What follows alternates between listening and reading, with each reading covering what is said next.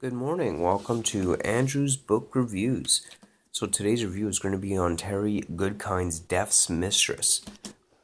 Now I have to say, Terry Goodkind is one of my all-time favorite authors. Absolutely love his writing. I really got into his books with his Sword of Truth series, which this is taking place in the Sword of Truth world. Just awesome writer, and really love how he pulls his characters and his stories together, and really makes for a fast-paced and entertaining read. So, in this book, we got our main character, who's known as Death's Mistress. Now, to fully understand why she's known as Death's Mistress, you really do need to go back and read The Sword of Truth by Terry Goodkind. Death's Mistress, her name is Nisi, and she's a very powerful sorceress. And she was once part of Emperor Jigang's army, kind of one of her primary lieutenants. And it was her time serving Emperor Jigang in his army that she became known as Death's Mistress. That story is in the Sword of Truth series of novels by Terry Goodkind. So this is a book that takes place after the final events in that series. So what's happening here is that Nisi and her companion, Nathan, who is a prophet, embark on this journey throughout the Daharan Empire to spread the news of Richard Rawle's victory, kind of as traveling and roaming ambassadors. And what happens here is that Nathan has lost his powers. He no longer has access to prophecy, and he no longer has access to his magic. I don't understand why that's happened and what's happened there.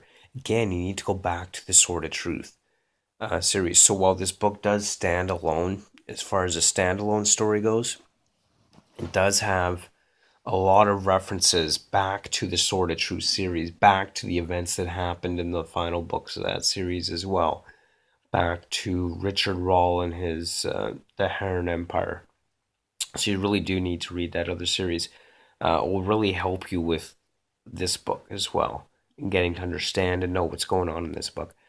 But honestly, Death's Mistress, great book. I really, really enjoyed it. It's got everything in it. You got demonically possessed mermaid-like creatures. You've got slavers. You've got crazy, insane wizards turning everybody to these stone statues, frozen in time in their most guilt-ridden moments of their lives. You've got dragons and battling dragons. You've got everything. It's just awesome.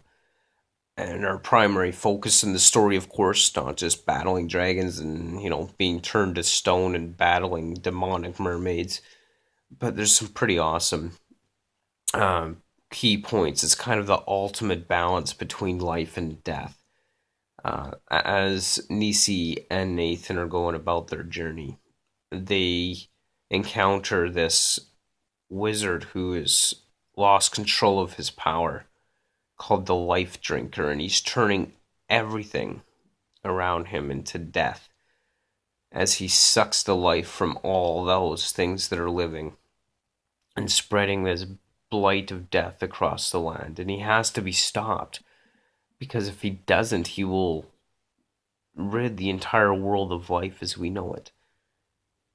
And he eventually is stopped. But then another sorceress, in an attempt to restore life, goes too far, and life starts becoming such an overpowering force that she literally is destroying everything in its path and replacing it with this unstoppable, uncontrolled life. So now you've got to end life, or Life's Mistress, as she has taken her name upon herself to be. So we have Death's Mistress that is literally having to fight both life and death to save the world. And it's just such an awesome book, such an awesome read. And I love Terry Goodkind's writing. I honestly cannot say enough good things about him and his writing. Niece herself is a very powerful character. She's had one hell of a life and upbringing.